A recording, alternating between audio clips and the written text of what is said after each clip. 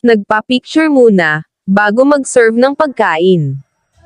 Hinati ni Jen AV at Auntie Aida ang karne ng gabi, para i-marinate siya, at ready kinabukasan, nilaga namin ang karne, bago grilled at fried.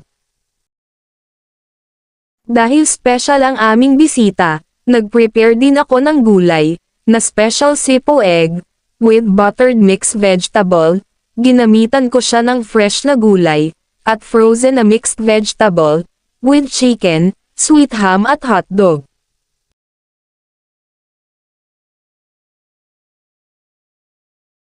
Toppings with quail eggs. Spoon at fork, with cover, and 50 pieces na plates. Ayan na guys, luto na ang ating fried grilled pork, sipo egg with buttered mixed vegetable,